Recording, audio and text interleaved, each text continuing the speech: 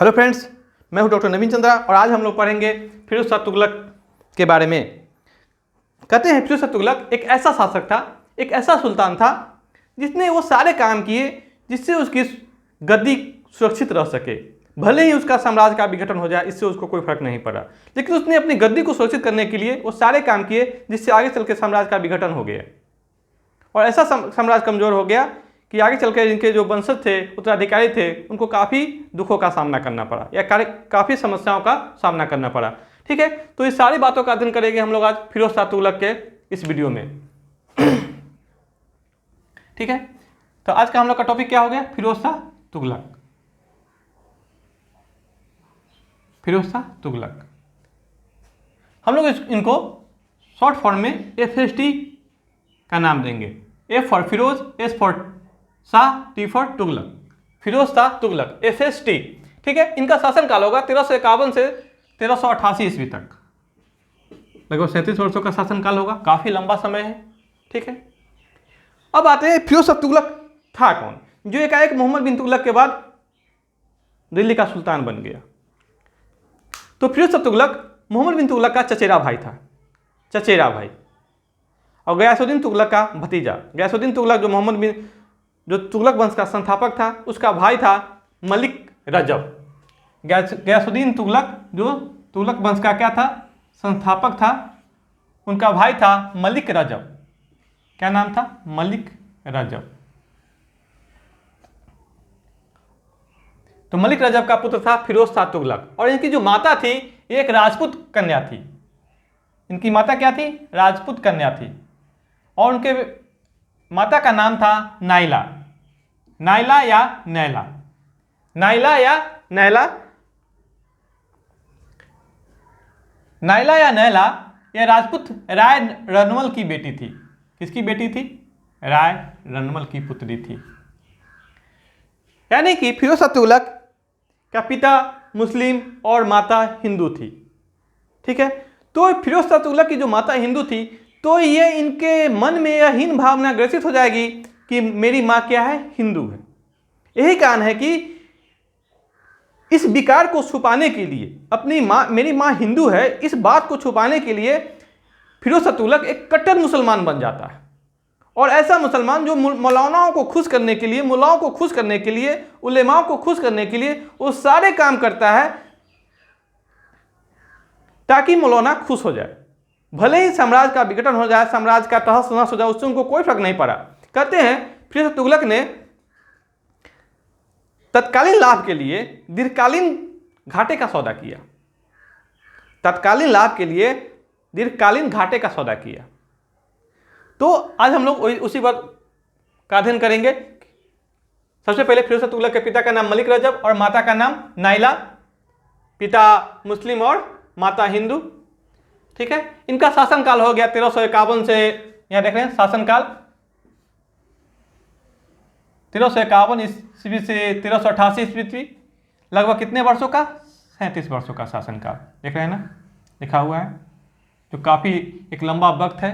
और इतने वर्षों में उसने शासन किया, ऐसी कब्र खोद डाली, ऐसी कब्र खोद डाली कि इनके आने वाले उत्तराधिकारी को काफी बड़ी समस्याओं का सामना करने पड़ेगा और अंततः तुगलक वंश का अंत ही हो जाएगा, पतन ही हो जाएगा। ठीक है, राज्याभिषेक। FST का राज्याभिषेक ठट्ठा में किया जाएगा। कहाँ किया जाएगा? ठट्ठा में।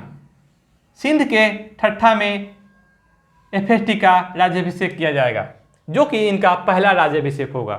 ठट्ठा में जो राज्याभिषेक होगा फिरोज शाह तुगलक का पहला राज्याभिषेक होगा।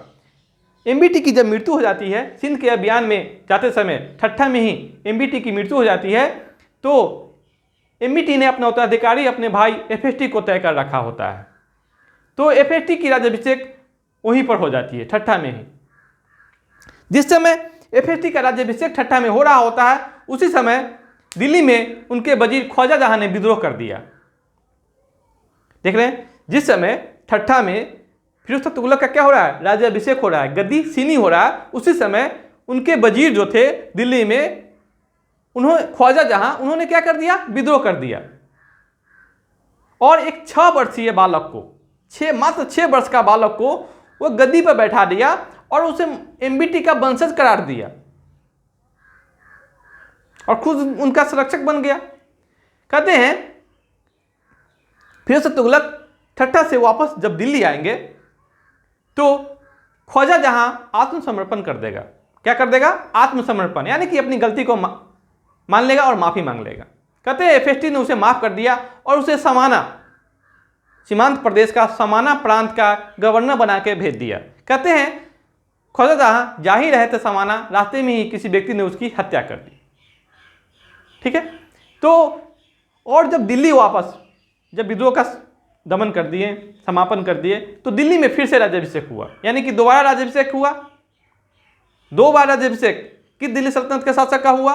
तो फिरोज शाह तुगलक। पहला राज्याभिषेक कहाँ? सिंध के ठट्ठा में, जहां पर एमबीटी की मृत्यु हुई थी। दूसरा दिल्ली में, राजधानी में। ठीक है, पहला राज्याभिषेक कब हुआ? ठट्ठा में, देख रहे हैं यहाँ नोट किया हुआ है। दूसरा राज्याभिषेक, दोबारा राज्याभिषेक कब होगा? दिल्ली में, यानी कि राजधानी में।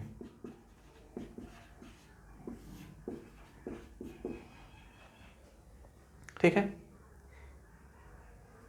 एफएसटी पहले हम लोग बोल चुके हैं। एफएसटी का मतलब हो गया, एफ मतलब Firoz, S for Shah, T for Tughlaq. Firoz Shah Tughlaq ने अपने शासनकाल के 6 वर्षों के अंदर ही, देख रहे हैं ना, 6 वर्ष, 37 में 6 वर्ष, यानी कि 31 वर्ष पहले ही 6 वर्षों के अंदर ही 2 बार खलीफा से खिल्लत की प्राप्ति की, खलीफा से मान्यता प्राप्त की 2 बार। देख रहे हैं ना, खलीफा से 2 बार खिल्लत की प्राप्ति की। यह काफी इंपॉर्टेंट है क्योंकि दिल्ली सल्तनत का एक पहला शासक होगा जिसने खलीफा से 2 बार खिल्लत की प्राप्ति लेगा। कितनी बार? 2 बार। क्यों लेगा इसका हम लोग आगे चल के अध्ययन करेंगे, क्योंकि फिरोज शाह तुगलक को जो राजगद्दी मिला था, सिंहासन मिला था, वह कांटों के ताज के रूप में मिला था। समझिए, उसको कांटों का सिंहासन मिला था क्योंकि एमबीटी अपने अंत समय में साम्राज्य को ऐसे विघटित करके गया, लोगों को ऐसे नाखुश करके गया। क्योंकि बदायूं लिखते हैं कि एमबीटी की मृत्यु के बाद एमबीटी को जनता से मुक्ति मिल गया और जनता को एमबीटी से, यानी कि दोनों एक दूसरे से क्या हो गया? मुक्ति पा लिया। यानी कि एमबीटी ने जनता को इतना हद तक परेशान कर रखा था कि वो तो खुद परेशान था ही, प्लस में जनता को भी परेशान कर दिया था। विभिन्न प्रकार के अभियानों हो, जैसे देख रहे हैं करासिल का अभियान हो, खुरासान का अभियान हो, मंगोल के समय घूस देने का काम हो, दोआब क्षेत्र में कर में वृद्धि हो, भले ही उस समय अकाल हो से उसको कोई फर्क नहीं पड़ा। देख रहे हैं ना, सांकेतिक मुद्रा का चलन हो, प्लस राजधानी का परिवर्तन हो। उसने जनता को परेशान कर रखा था, अपने अमीरों को परेशान कर रखा था, मौलानाओं को परेशान कर रखा था। तो ये सारी समस्याओं को अप्रत्यक्ष रूप से सामना होगा फिरोज शाह तुगलक को।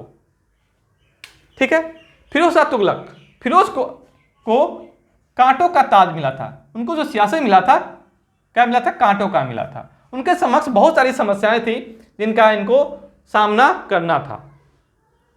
ठीक है, देख रहे हैं ना, एमबीटी जो पहली समस्या थी, फिरोज एफएसटी के पास जो पहली समस्या थी वो थी ऋणग्रस्त किसानों का असंतोष। क्या? ऋणग्रस्त किसानों का असंतोष। कैसे? कहते हैं फिरोज शाह तुगलक के समय में किसान इतना ऋण से दब गया था एमबीटी के कारण कि वो ऋण देने में सक्षम ही नहीं था। इसलिए सुल्तान के प्रति उनके दिल में हमेशा हीन भावना ही ग्रस्त रहती थी, यानी कि वो सुल्तान से क्या थे? नाखुश थे। यही कारण है कि एफएसटी ने बजाबते जो रजिस्टर था उसको मंगवाया और रजिस्टर को रद्द करवा दिया और सारे ऋण को माफ कर दिया, यानी आम माफी के तहत सारे किसानों को ऋण माफी कर दी गई। कहते हैं उस समय एक बहुत बड़ी रकम थी, 2 करोड़, लगभग 2 करोड़ की कृषि लोन माफी दिया गया। ठीक है, तो एफएसटी ने उसने किसानों को ऋण से मुक्त कर दिया। अब ऋण देना ही नहीं है। जो रकम थी लगभग 2 करोड़ रुपया का ऋण माफ किया गया। अब किसान क्या हो गया? किसान खुश हो गया। किसान आराम से अब खेती कर सकता था, अब अपने विकास पर ध्यान दे सकते थे। इसलिए अब सुल्तान के प्रति क्या हो गया? उनके दिल में अच्छाई जगने लगा। ठीक है, जो नाराजगी थी वो दूर हो गया। यही नहीं, एफएसटी ने 5 नहरों का भी निर्माण करवाएगा, 5 बड़े नहरों का भी निर्माण करवाएगा,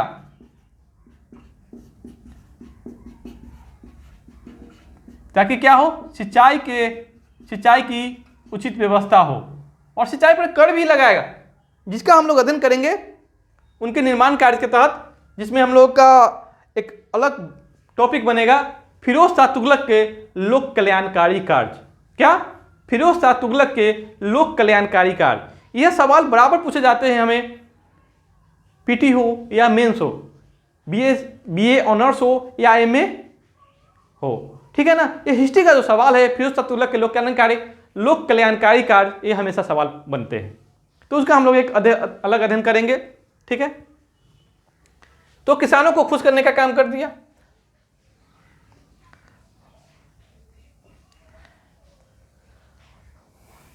अगला है साम्राज्य विघटन की समस्या। कहते हैं एमबीटी के समय में कुल कितने विद्रोह हुए? 34 विद्रोह हुए, और बहुत सारे स्वतंत्र राज्य का निर्माण भी हो गया। कहते हैं फिरोज शाह तुगलक ने किसी भी राज्य को जीतने के लिए नया सैन्य अभियान नहीं किया, बल्कि उनको जितना बड़ा ही साम्राज्य मिला था उसको सुरक्षित रखने का प्रयास किया। और जहां तक हुआ, अगर मान लीजिए जैसे बंगाल का विद्रोह हुआ, उसे वो दबाने में असफल हुआ फिरोज शाह तुगलक, तो उनसे वो संधि करके बंगाल उसे दे दिया। देख रहे हैं ना। तो ये जो इनकी नीति थी, किसी प्रकार अपनी गद्दी को सुरक्षित रखे, बाहर के झगड़ों में न पड़े और अपना शांतिपूर्वक राज करे। तो फिरोज शाह तुगलक ने जो साम्राज्य विघटन की समस्या थी उसका समाधान तो नहीं कर पाया, लेकिन अपनी गद्दी को बचा के रख लिया, क्योंकि सर्वप्रथम उसने साम्राज्य के जो विद्रोही थे, साम्राज्य के जो विद्रोहियों को माफी दे दी। देखें ना, यानी कि जो विद्रोह करने वाले मंत्री, सेना, सूबेदार थे, उन सबको माफी दे दी। कहने का मतलब है कि उन लोगों को विद्रोह करने से अच्छा है कि राज का क्या होता और टूट फूट होता, इससे अच्छा है कि उनको माफी दे दिया जाए और जिसको जो पद है वो दे दिया जाए, वो भी खुश और हम भी खुश। और ही नहीं, एमबीटी ने बहुत सारे परिवारों को नाराज कर रखा था, किसी व्यक्ति की हत्या कर दी थी, जिसके कारण, क्योंकि एमबीटी को क्या कहा, रक्त पिपासु शासक भी कहा जाता है, क्योंकि कहा जाता है कि एमबीटी के दरवाजे पर कोई व्यक्ति आता था तो या तो वो अमीर बन के लौटता था, नहीं तो उसकी लाश जाती थी, उसका रक्त बहता जाता था, मतलब गर्दन कटा होता था, क्यों? उसके दरवाजे पर बराबर रक्त बहते रहते थे। तो उसने बहुत सारे लोगों की हत्या की। तो इन सारे लोगों के दिल में, इनके परिवार वालों के दिल में एमबीटी की अच्छी छवि गढ़ने के लिए फिरोज शाह तुगलक ने उस सभी परिवार वालों को जिनका किसी न किसी मेंबर की हत्या एमबीटी के द्वारा की गई थी या उसका कारण एमबीटी था, तो सबको उपहार और पैसा देकर क्या किया, खुश कर दिया। और यही नहीं, उस परिवार वालों से, उसके सगे संबंधियों से बजाबते माफीनामा लेटर लिखवाकर एक बॉक्स में रखवाकर एमबीटी के कब्र के पास गड़वा दिया गया। देख रहे हैं ना, ये फिरोज शाह तुगलक ने किया। देख रहे हैं, ऐसे व्यक्ति जिनके परिवार वालों की एमबीटी ने हत्या कर दी थी, तो एफएसटी, देख रहे हैं, एफएसटी ने उन्हें धन एवं उपहार देकर संतुष्ट करने का काम किया। धन एवं उपहार देकर क्या किया, संतुष्ट करने का काम किया। तो एमबीटी के सारी जो गलतियां थी उसको दूर करने का काम कर रहे हैं, ताकि लोग क्या हो, खुश हो। लोग को खुश करने के लिए, न कि साम्राज्य को संगठित करने के लिए, सिर्फ लोगों को खुश करने के लिए, तत्कालीन हित के लिए दीर्घकालीन यहाँ घाटा हो रहा है। तत्कालीन हित के लिए यहाँ पर क्या हो रहा है, दीर्घकालीन घाटा हो रहा है, नुकसान हो रहा है। अब आते हैं फिरोज शाह तुगलक के बारे में। देखिए, उसने शुक्रवारी, हर शुक्रवार को जो खुतबे पढ़े जाते थे, शुक्रवारी खुतबों में अपना नाम तो जुड़वाया, खलीफा का नाम तो जुड़वाया, प्लस में तुगलक वंश के तुगलक वंश के सभी शासकों के साथ साथ सल्तनत काल के अन्य शासकों के भी नाम जुड़वाए। तुगलक वंश के शासकों के साथ साथ सल्तनत काल के अन्य शासकों के भी नाम खुतबों में जुड़वाया। ठीक है ना, देखेंगे यहां पे खुतबों में मोहम्मद गोरी का नाम था। खुतबे में मोहम्मद गोरी का नाम तो था, मोहम्मद गोरी का नाम तो था, परंतु कुतुबुद्दीन ऐबक का नाम नहीं था। जो दिल्ली सल्तनत के एक प्रकार के संस्थापक कहे जाएंगे कुतुबुद्दीन ऐबक, उसका नाम इसमें नहीं था, मोहम्मद गोरी का नाम था। तो एक बहुत अच्छा सवाल बन गया कि फिरोज शाह तुगलक ने जो शुक्रवारी खुतबे में दिल्ली सल्तनत के लगभग सभी शासकों के नाम जुड़वाया, तो उसमें किस शासक का नाम नहीं था? तो कुतुबुद्दीन ऐबक का नाम नहीं था। ठीक है, अब देखेंगे लोग को खुश करने के लिए फिरोज शाह तुगलक ने क्या किया? दंड संहिता, दंड संहिता को संशोधित करके, देख रहे हैं, मतलब उसमें सुधार करके नियमों में लचीलापन लाया गया। देख रहे हैं ना, दंड संहिता को संशोधित करके दंडों को अधिक मानवीय बनाया गया। दंडों को अधिक मानवीय बनाया गया। मानवीय का मतलब कि लोग उससे खुश रहे, लोग इससे खुश रहे। अब लोग क्या हो जाएंगे? उड़न हो जाएंगे। अब उनको किसी भी बात का डर नहीं रहेगा, क्योंकि सजा का क्या है? भाव लचीला है, कम है। तो फिरोज शाह तुगलक ने क्या किया? यहाँ पर दंड को क्या कर दिया? मानवीय कर दिया। जो एमबीटी ने दंड को कठोर बनाया था क्या, ताकि लोग कम से कम गलती करें, उसको क्या कर दिया? मानवीय बना दिया। यही नहीं, सुल्तान को भेंट देने, देख रहे भेंट, जो सुल्तान को लोग प्यार से उपहार देते थे, क्योंकि जब भी हमारे यहाँ नियम थे कि जब भी कोई मंत्री, जनता या सूबेदार या जमींदार, जिसको इक़्तिदार हम लोग कहते हैं सल्तनत काल में, तो ये लोग जब भी अपने सुल्तान से मिलने जाते थे तो अपने साथ उपहार भी लेके जाते थे। ठीक है, तो एक प्रकार की प्रथा बन गई थी। तो सुल्तान को भेंट देने की प्रथा को एफएसटी ने समाप्त कर दिया। देखें ना, इससे क्या हो जाएंगे? जो भी लोग उपहार लेके जाते थे वो अब खुश हो जाएंगे, क्योंकि अब उपहार सम्राट को, सुल्तान को देना नहीं है।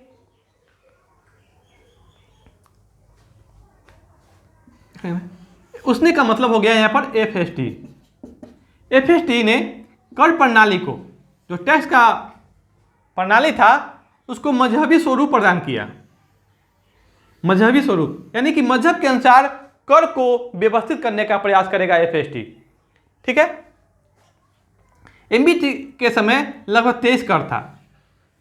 पूरे सल्तनत काल में 23 करोड़ का प्रचलन था। कितना? 23 करोड़ का प्रचलन था पूरे साम्राज्य में। लेकिन यहां पर फिरोज शाह तुगलक ने सारे करों को समाप्त कर करके सिर्फ मजहब के अनुसार, इस्लाम के मजहब के अनुसार, शरीयत कानून के अनुसार 4 करों को ही रहने दिया। देख रहे हैं हम लोग, 23 करों को समाप्त करके इस्लामी, देख रहे हैं, अपनी इस्लामिक कट्टरतापन को दिखाने के लिए। क्यों? क्योंकि उसकी माता हिंदू थी। यही कारण है कि वो अपने आप को कट्टर से कट्टर मुसलमान साबित करने पर जुटा रहेगा। तो 23 करों को समाप्त करके इस्लामी शरीयत कानून के अनुसार, इस्लामी शरीयत कानून के द्वारा अनुमति प्राप्त केवल 4 करों को, पहला हो गया खराज, ज़कात, जजिया और खुम्स को लगाया या आरोपित किया। देख रहे हैं ना, 23 करोड़ को हटा दिया जिसको एमबीटी ने लगाया था। एक तरह से एक काम इसका बेटर था, क्योंकि ये जो 23 करोड़ थे, काफ़ी बहुत बड़ी संख्या है टैक्स का, जिससे जनता काफ़ी परेशान हो गई थी। और एमबीटी ने अपने करों के द्वारा जनता को परेशान कर रखा था। तो एफएसटी ने क्या किया? 23 करोड़ को समाप्त करके मात्र 4 कर को ही लगाया। कौन कौन? खराज, ज़कात, जजिया और खुम्स। तो हम लोग एक एक करके इसका मतलब समझते हैं। खराज था भूमि कर। खराज क्या था? भूमि कर था। भूमि क्या? उपज का एक हिस्सा। जो सल्तनत काल में लगभग 1/3 होते थे। कितने होते थे? 1/3। ठीक है, कोई कोई शासक 50% भी कर दिया, जैसे अलाउद्दीन खिलजी। तो खराज कितना हो गया? खराज कौन सा कर हो गया? भूमि कर हो गया। जकात हो गया मुसलमानों से लिया जाने वाला धार्मिक कर। आप लोग नोट करेंगे, मेरे पास जगह नहीं है, तो मुसलमानों से लिया जाने वाला धार्मिक कर को जकात कहते थे, जो कि 2.5% होता था। कितना? 2.5%। पूरे साल की आमदनी का 2.5% आपको किसी गरीब को दान देना होता था, यह जकात कहलाता था। ठीक है।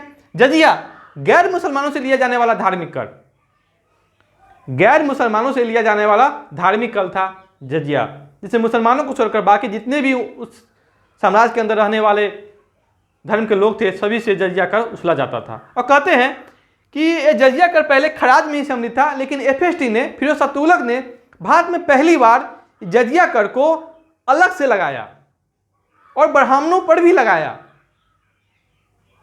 ठीक है, क्योंकि इससे पहले जो शासक थे जजिया को भी खराज में ही सम्मिलित करके रखे थे, जो पता नहीं चलता था। लेकिन एफएसटी ने जजिया को खराज से अलग करके एक अलग कर के रूप में गैर मुसलमानों पर लगाया। और यही नहीं, नियम था कि इससे विधवा, बच्चे, अपंग और ब्राह्मणों को दूर रखा जाएगा। लेकिन यहाँ पर एफएसटी ने क्या किया? ब्राह्मणों पर भी जजिया कर लागू कर दिया। तो हमारे जो सवाल आते हैं, तो भारत में जजिया कर की शुरुआत किसने की? सर्वप्रथम जजिया कर किसने लगाया? तो एफएसटी यानी फिरोज शाह तुगलक ने। ये आप लोग कभी नहीं भूलेंगे। जजिया कर क्या हो गया? गैर मुसलमानों से लिया जाने वाला एक धार्मिक कर था, जिसे अकबर हटाने का काम करेगा। ठीक है। खुम्स या खम्स, खुम्स या खम्स, यह था लूट का मार, या जब कोई सैनिक लोग चढ़ाई करते थे किसी राज पर, तो वहां जो लूट का माल होता था उसका हिस्सा होता था। तो कहते हैं 20% हिस्सा सम्राट सुल्तान के पास और बाकी का 80% हिस्सा सैनिक आपस में बांट लिया करते थे। ठीक है, यह था खुम्स या खम्स। ठीक है, या कोई खजाना गड़ा हुआ है और उसको मिला किसी भी को, तो उसका 20% आप सुल्तान को देना होता था। ठीक है, तो ये जो खुम्स है यह लूट का माल में लगने वाला टैक्स था। कहते हैं इसमें इसका जो नीति था अलाउद्दीन खिलजी ने उल्टा कर दिया था। 80% स्वयं रहता था, बाकी का 20% सैनिकों को देता था। एक ऐसा भी शासक होगा सिकंदर लोदी, आगे चल करके लोदी वंश का महानतम शासक सिकंदर लोदी, वह खुम्स में लूटे हुए माल से कोई टैक्स नहीं लेगा, वो सारे सैनिकों को ही रहने दिया जाएगा। ठीक है, तो ये 4 जो टैक्स है, खराज, जकात, जजिया और खुम्स, ये 4 ही कर एफएसटी ने लागू किए थे अपने पूरे साम्राज्य में। अब देखेंगे यहाँ पे फिरोज शाह तुगलक ने सरकारी पदों को, देख रहे हैं ना, दीर्घकालीन फायदा के लिए, लघुकालीन फायदे के लिए दीर्घकालीन यहाँ पर नुकसान किया जा रहा है। सरकारी पदों, जो सैनिक थे या सैनिक पद को वंशानुगत बनाया। वंशानुगत का मतलब समझ रहे हैं ना, पिता के बाद उसका पुत्र ही हो, भले हो पुत्र क्या हो, अयोग्य ही क्यों ना हो। एमबीटी ने जो प्रशासन सैनिक जो पद थे वो योग्यता के आधार पर तय किए थे, उसको फिरोज शाह तुगलक ने क्या करेंगे? वंशानुगत बना के अपने ही साम्राज्य को विघटन के कगार पर पहुंचाने का काम करेंगे। लेकिन इससे क्या होगा? अमीर वर्ग का जो असंतोष होगा वह दूर हो जाएगा। अमीर वर्ग का जो असंतोष होगा वह दूर हो जाएगा। ठीक है, बाकी हम लोग एक एक अध्ययन करेंगे। ठीक है, पहले अमीर वर्ग का असंतोष जो दूर किया जा रहा है धीरे धीरे करके, तो वंशानुगत बना के अमीर वर्ग का क्या हो गया? असंतोष यहाँ पर दूर हो गया। और जो सैनिकों का वेतन नगद दिया जाता था, अब अधिकतर सैनिकों का जो वेतन था, वेतन के बदले अब जागीर देने की प्रथा फिर से शुरू किया गया। देख रहे हैं ना, एफएसटी ने साम्राज्य विस्तार के लिए कोई भी सैनिक अभियान नहीं किया। ये हम लोग पहले भी बात कर चुके हैं और इम्पोर्टेंट भी है कि सल्तनत काल का कौन ऐसा एक शासक है जिसने अपने साम्राज्य विस्तार के लिए प्रसिद्ध होने के बावजूद भी, 37 वर्षों तक राज करने के बावजूद भी किसी भी राज को जीतने का प्रयास नहीं किया। तो किसने? एफएसटी ने। फिरोज तुगलक ने इजारेदारी प्रथा को फिर से चालू कर दिया, पुनः बढ़ावा दिया। देख रहे हैं ना, इजारेदारी प्रथा क्या है, हमने पिछले वीडियो में ही बताया है। इजारेदारी प्रथा क्या है? इजारेदारी प्रथा है आपको, यह 5 वर्ष का भूमि कर उछलने का ठेका दिया जाता था। किसी एक व्यक्ति को 5 वर्ष भूमि का कर उछलने का ठेका दिया जाता था, और नियम था जो एक बार बनेगा दूसरा बार उसको या नहीं दिया जाएगा ठेका। तो आप ही सोचिए कि जो व्यक्ति को 5 वर्ष ही मिलेगा, अगला फिर चांस नहीं मिलेगा ठेका का, तो फिर वो अच्छा काम क्यों करेगा? वो तो 5 वर्ष खुद ही संपत्ति बनाएगा, किसानों से जुल्म कर करके टैक्स उछलेगा और अपनी तिजोरी भरेगा। तो एमबीटी ने जिस पर लगाम लगाया था, जो और अलाउद्दीन खिलजी और एमबीटी ने, तो उसको एफएसटी ने फिर से चालू कर दिया। इससे कौन फायदेमंद होंगे? जमींदार, यानी कि इक्तादार, जो उलेमा होंगे, जो अमीर लोग होंगे। इससे अमीरों को क्या होता था? फायदा होता था। देख रहे हैं, अमीर को खुश करने के लिए सुल्तान, दिल्ली सल्तनत का या पहला सल्तनतकालीन शासक था एफएसटी। सुल्तान का मतलब यह एफएसटी हो गया, पहला सल्तनतकालीन शासक था जिसने राज की आमदनी का ब्यौरा तैयार करवाया था कि राज की आमदनी कितनी है। कहते हैं लगभग 6 करोड़ के आसपास राज की आमदनी होती थी बस। और राज की आमदनी बढ़ाने के लिए बहुत सारे काम भी करेंगे, जैसे सिंचाई का सुविधा का विस्तार, 5 बड़े नहरों का निर्माण, नई फलों के बगीचे भी लगवाएंगे।